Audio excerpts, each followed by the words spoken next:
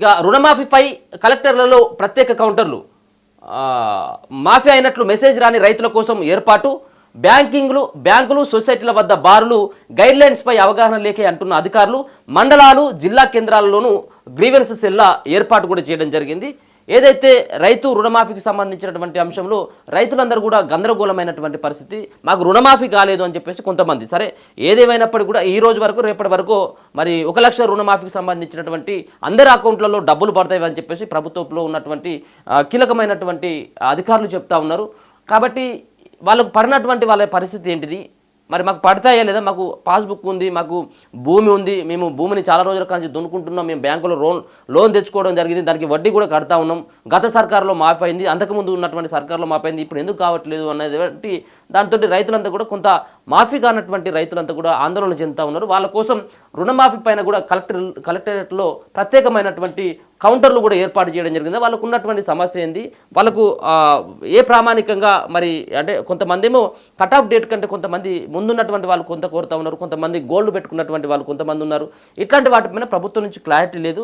మరి వీటిపైన కూడా మాఫీ అయితే లేదనేది కొంతమంది వాళ్ళకు అవగాహన లేక కొంతమంది ఆందోళన చెందుతూ ఉన్నారు. కొంతమందికి ఏమో నిజమైనటువంటి రైతులైనప్పటికీ నిజంగా పట్టా పాస్బుక్ ఉండి నిజంగా భూమి ఉండి నిజంగా సాగు చేస్తున్నటువంటి రైతులు కొంతమంది మాత్రం దాంట్లో లేరని కాదు, చాలామంది కూడా ఇట్లాంటి దాంట్లో ఉన్నారు. వాళ్ళకు కూడా మరి న్యాయం చేయాల్సినటువంటి బాధ్యత తెలంగాణ రాష్ట్ర ప్రభుత్వం పైన ఉన్నది. వాళ్ళు మరి ఇప్పటికే చాలా బ్యాంకుల చుట్టూ, అక్కడ ఉన్నటువంటి సొసైటీల చుట్టూ, అక్కడ ఊర్లో ఉన్నటువంటి ఎవరైతే పెద్దలు ఉంటారో వాళ్ళ చుట్టూ కూడా తిరుగుతూ ఉన్నటువంటి పరిస్థితి కూడా చూసుకోవచ్చు. దీనికోసం అయితే ఇప్పటికే ప్రభుత్వం దృష్టికి ఈ సంబంధించినటువంటి సమస్య వెళ్ళిందనే మనం కూడా అనుకుందాం. ఎందుకంటే దానికి అందుకోసం అని చెప్పేసి కలెక్టరేట్లలో ప్రత్యేకమైనటువంటి సెల్లను కూడా ఏర్పాటు చేయడం జరిగింది.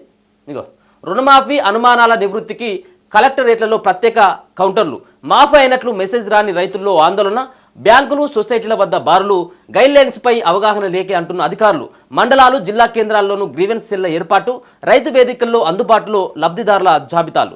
రాష్ట్ర ప్రభుత్వం లక్షలోపు వ్యవసాయ రుణాలను మాఫీ చేసిన నేపథ్యంలో వివిధ కారణాల వల్ల రుణమాఫీ జరగని రైతులు సందేహాలను తీర్చడంపై అధికారులు దృష్టి పెట్టారు. వివిధ కారణాలతో రుణమాఫీ కాని రైతులు సొసైటీ ఆఫీసులు బ్యాంకులకు పరుగులు తీస్తుండటంతో వారి కోసం ప్రత్యేక కౌంటర్లు ఏర్పాటు చేశారు. సర్కారు ఆదేశాలతో శుక్రవారం కలెక్టరేట్లతో పాటు మండల స్థాయిలోనూ సహాయ కేంద్రాలను ఓపెన్ చేశారు. ఉదాహరణకు ఖమ్మం జిల్లాలో అనుమానాల నివృత్తికి ఒక నెంబర్ కూడా ఇవ్వడం జరిగింది. అక్కడ కలెక్టర్ సూచించగా నల్గొండ జిల్లాలో మరి మరో నెంబర్ కూడా కాల్ చేయవచ్చని అక్కడ కలెక్టర్ నారాయణ రెడ్డి ప్రకటించారు. కలెక్టరేట్లలో సహాయ కేంద్రాల వర్కింగ్ డేస్ను ఉదయం 10 గంటల నుంచి 5 గంటల వరకు అందుబాటులో ఉంటుంది. రుణమాఫీ జరిగిన రైతుల జాబితాను రైతు వేదికల దగ్గర అందుబాటులో ఉంచారు. రుణమాఫీ కాని వాళ్ళు అక్కడ వ్యవసాయ విస్తరణ అధికారులు ద్వారా కారణాలను అడిగి తెలుసుకోవచ్చని చెప్తా ఉన్నారు. ముందుగా బ్యాంక్ ఆఫీసర్లను సంప్రదించాలి. రుణమాఫీ జరిగినట్టు మెసేజ్ రాకుంటే రైతులు ముందుగా వారి బ్యాంకు ఖాతా ఉన్న బ్రాంచ్కి వెళ్ళి తెలుసుకోవాలి. ఒకవేళ ఖాతాలో డబ్బులు జమ కాకపోతే మండల వ్యవసాయ విస్తరణాధికారికి మరి ఫిర్యాదు చేయాలి. గ్రామ మండల వ్యవసాయ విస్తరణాధికారులకు వచ్చిన ఫిర్యాదులను జిల్లా గ్రీవెన్స్కు పంపిస్తే జిల్లా లీడ్ బ్యాంక్ మేనేజర్ ద్వారా సమీక్షించి పరిష్కరిస్తామని కలెక్టర్లు తెలిపారు. రాష్ట్ర స్థాయిలో పరిష్కారమయ్యేవైతే రాష్ట్ర స్థాయి బ్యాంకర్ల దృష్టికి తీసుకువెళ్లనున్నట్టు చెప్పారు. అన్ని మండల కేంద్రాల్లో వ్యవసాయ విస్తరణ ఆఫీసర్లతో గ్రీవెన్స్ సెల్లు ఏర్పాటు చేయడమే గాక వ్యవసాయ శాఖ ఆఫీసులో గ్రీవెన్స్ సెల్స్ కూడా ఏర్పాటు చేస్తా ఉన్నామని చెప్పేసి చెప్తా ఉన్నారు. ఇక గైడ్లైన్స్ పై అవగాహన లేకే అయోమయం. లక్షలోపు పంట రుణాలున్న పలువురు రైతుల ఖాతాల్లో గురువారం డబ్బులు జమ కాకపోవడంతో ఆందోళన చెందుతున్నారు. రుణమాఫీ గైడ్లైన్స్ పై అవగాహన లేకపోవడమే కారణమని ఆఫీసర్లు చెప్తున్నారు. బ్యాంక్ అకౌంట్కు ఆధార్ కార్డుకు లింకు కాకపోవడం, వేరొకరి ఆధార్ నెంబర్ లింకు కావడం, bank account Aadhaar miss match కావడం వంటి కారణాల వల్ల పలువురికి రుణమాఫీ కాలేదు. పట్టాదారి పాసు పుస్తకం ఉన్నా రేషన్ కార్డు లేని వారికి సైతం మాఫీ జరగలేదని, ప్రభుత్వం నిర్ణయం ప్రకారం 2వ విడతలో ఇలాంటి వాళ్లకు మాఫీ ఉంటుందని చెబుతున్నారు. ఒకే కుటుంబంలో ఎక్కువ మంది లక్షలోపు లోన్లు తీసుకున్నప్పటికీ ఫ్యామిలీ యూనిట్గా తీసుకున్నప్పుడు 2 లక్షలు దాటుతుందని, అలాంటి వారికి 2-3 విడతల్లో రుణమాఫీ జరుగుతుందన్నారు. కుటుంబంలో మహిళా పేరిట లోన్ తీసుకుంటే మొదట వారికి ప్రాధాన్యం ఇవ్వడం వల్ల ఇతరులకు మాఫీ ఆగిందని, ఇవన్నీ త్వరలో క్లియర్ అవుతాయని చెప్పేసి చెప్తా ఉన్నారు. ఇట్లాంటి ఏదైతే ప్రభుత్వం ఇప్పుడున్నటువంటి ప్రభుత్వం కొన్ని నిబంధనలు పెట్టడం జరిగింది. మరి ఒక పక్కన ఇప్పటికే ముఖ్యమంత్రి స్వయంగా చెప్పడం జరిగింది, అసలు రేషన్ కార్డుకు సంబంధమే లేదు, పాస్బుక్ ఉంటే సరిపోతుందని చెప్పేసి చెప్పడం జరుగుతూ ఉన్నది. అయితే మొదటి విడతకు వచ్చింది అన్నట్టు ఉంటే దీంట్లో మరి రేషన్ కార్డుని ప్రామాణికంగా తీసుకున్నట్టుగా అర్థమవుతా ఉన్నది. 2వ విడతలో అట్లాంటి పొరపాట్లే ఉండేది. మరి 2వ విడతలో నుంచి పొరపాటు ఉండదు కావచ్చు, కానీ ఇప్పుడు మొదట్లో ఉన్నటువంటి వాళ్ళ పరిస్థితి ఏంటిది, వాళ్ళకు కొంతమంది నిజమైనటువంటి వాళ్ళు ఉన్నారు.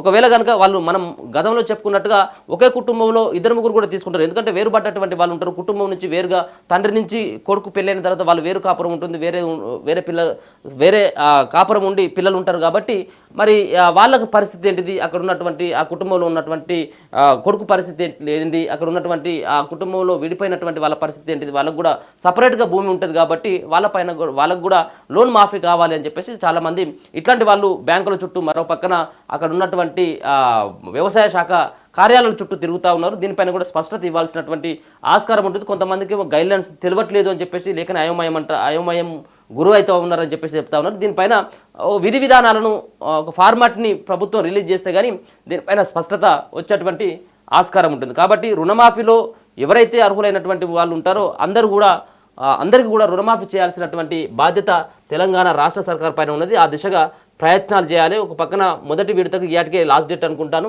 మొదటి విడత రుణమాఫీ రైతుల అకౌంట్లో జమ చేయడానికి, మరొక పక్కన రెండో విడత కోసం 7,000 కోట్ల రూపాయలను సమకూర్చడంలో ప్రభుత్వం సంబంధించినటువంటి అధికారులతో పాటు ప్రభుత్వంలో ఉన్నటువంటి మంత్రులు కూడా ఆ విధమైనటువంటి ప్రయత్నాలు అయితే చేస్తూ ఉన్నారు. రెండో విడతకు ఈ నెల చివరికి సంబంధించినటువంటి చివరి వరకు మరి ఈ రెండో విడతకు సంబంధించినటువంటి 7,000 కోట్లు మరి వాళ్ళ యొక్క అకౌంట్లో పడేటువంటి అవకాశం ఉంటుంది. మూడో విడత మరి ఆగస్టు 15 లోపట్లనే మూడో విడత కూడా అంటే 2 లక్షల వరకు ఉన్నటువంటి రుణాలని మాఫీ చేసేందుకు తెలంగాణ రాష్ట్ర సర్కార్ ఆ దిశగా ప్రయత్నాలు అయితే చేస్తూ ఉన్నది.